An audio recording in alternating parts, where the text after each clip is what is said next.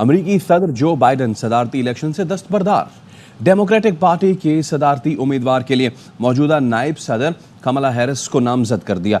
क्या कहते हैं, दुश्मन से हमारा राब्ता होगा कि वो प्रो इंडिया लीन करेंगी और हमारे अगेंस्ट एक कॉन्स्टेंटली मूव होगी। अगरचे कि इसमें कोई शक नहीं कि उनकी वालिदा जो थी वो इमिग्रेंट थी और हिंदुस्तान से थी। पहले हमें मल्टीनेशनल कंपनीज के ज्यादातर सीईओज इंडिया नजर आते थे, लेकिन अब आहिस्ता आहिस्ता कई कंट्रीज के प्रेसिडेंट और प्राइम मिनिस्टर जो है वो भी इंडियन ओरिजिन से मुंसलिक हैं। क्योंकि ये एक तारीखी मोड़ है, बल्कि अमेरिका की तारीख में कोई भी वाइस प्रेसिडेंट जो है वो खातून नहीं हुई, और वो खातून तो एक तरफ पर्सन ऑफ कलर भी नहीं हुई। खुद देख सकते हैं कि अगर हम लोग किसी भी सेक्टर की बात कर ले या किसी भी फील्ड की बात कर ले तो Indians are leading, Indians are ruling the world. Bill Clinton भी बाहर है, बिल क्लिंटन ने आगे कमला हैरिस को सपोर्ट किया।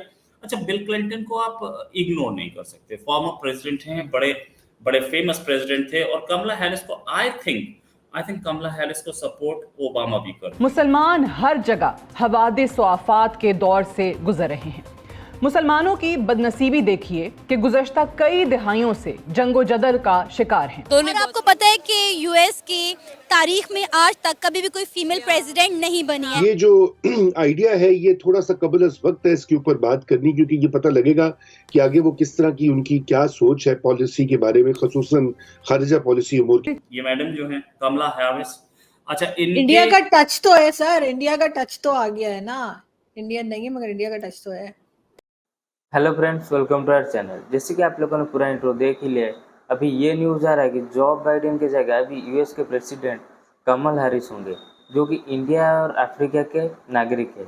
उसके बाद पाकिस्तान मीडिया पूरा बौखला गया है। तो चलिए देखते हैं पूरा वीडियो और मैं मिलता हूँ वीडियो पे एंड। देखते हैं जिसमें भारत भी शामिल है। भारत के इलेक्शंस हो चुके हैं, अब अमेरिका की बारी है। और जो बाइडेन जी जो हैं उनके लिए कहा जा रहा था पहले कि जी बड़ा टफ कंपटीशन होगा ट्रम्प साहब के साथ, फिर फायरिंग हुई और जो कुछ हुआ। अब सुनने में ये आया है, जो न्यूज आई है वो ये कि जो बाइडेन जो है वो इस रेस से आउट हो गए हैं। कैसे देखते हैं आप इस खबर को? ये जो फोटो आपने लगाई है 4 साल पुरानी होगी, क्योंकि इतना स्माइल आज इनके चेहरे पे नहीं होगी 100%।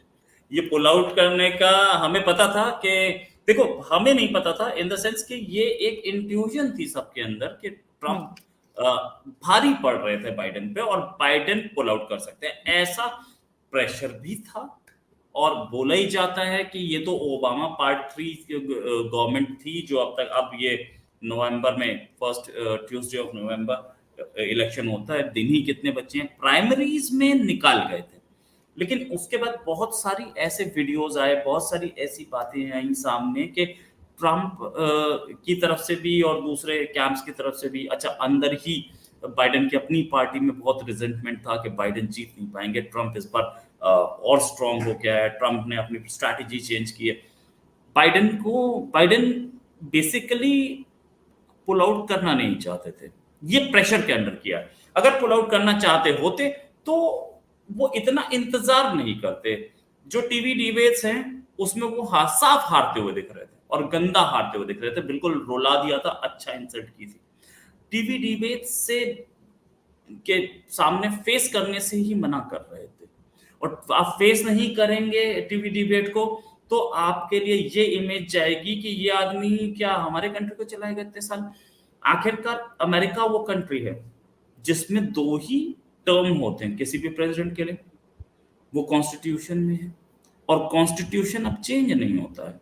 कॉन्स्टिट्यूशन में जितने अमेंडमेंट्स हो गए वो आजादी के कुछ साल बाद ही हो गए थे। अब इतना कम्बसम प्रोसेस है उसको चेंज करने के लिए कि दो एरियाज, एक पोर्टो रिको और दूसरा गुआम, ये दोनों के दोनों कई बार बोल चुके हैं कि हमें आप अपने अंदर ले लो, हमें भी एक स्टेट बना लो अपनी। वो प्रोसेस ही अब अवेलेबल नहीं है, मतलब मान लीजिए कि वो प्रोसेस अवेलेबल नहीं है। इतना टफ, वो सारी स्टेट से भी पास कराना पड़ता है, वो परसेंटेज और ये वो सब मिलकर के, it's very tough to make changes in the constitution. दो ही मतलब टर्म मिलते हैं, और इसीलिए दिए जाते हैं 2 टर्म्स कि अमेरिकन ये पसंद नहीं करते कि हमारा कोई भी प्रेसिडेंट ज्यादा लंबा रूल करे, और उतना लंबा रूल करने के बाद उसकी हालत वो हो जाए कि वो कंट्री रूल करने लायक ना हो।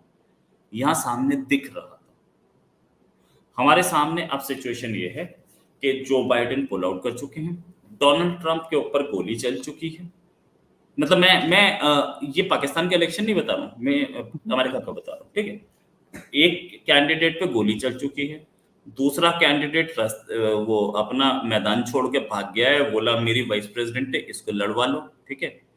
ये वर्ल्ड की लार्जेस्ट डेमोक्रेसी है ना। ये इंडिया का इलेक्शन है भाई साहब। ये मैडम जो है कमला हैरिस, अच्छा इंडिया का टच तो है सर, इंडिया का टच तो आ गया है ना। इंडियन नहीं है मगर इंडिया का टच तो है। जैसे ही ट्रंप ने अपना बाइडेन ने अपना कैंडिडेचर वापस लिया है, तो इमीडिएटली एक विकिपीडिया पेज, मैंने उसका खुद का शॉर्ट फोटो ली। विकिपीडिया पेज पहले अंडर कंस्ट्रक्शन था, उस पर कुछ नहीं था, और दूसरे वाले पे सब कुछ लिखा हुआ था। अगले 15 मिनट या 20 मिनट के अंदर अंदर ये काम हो गया।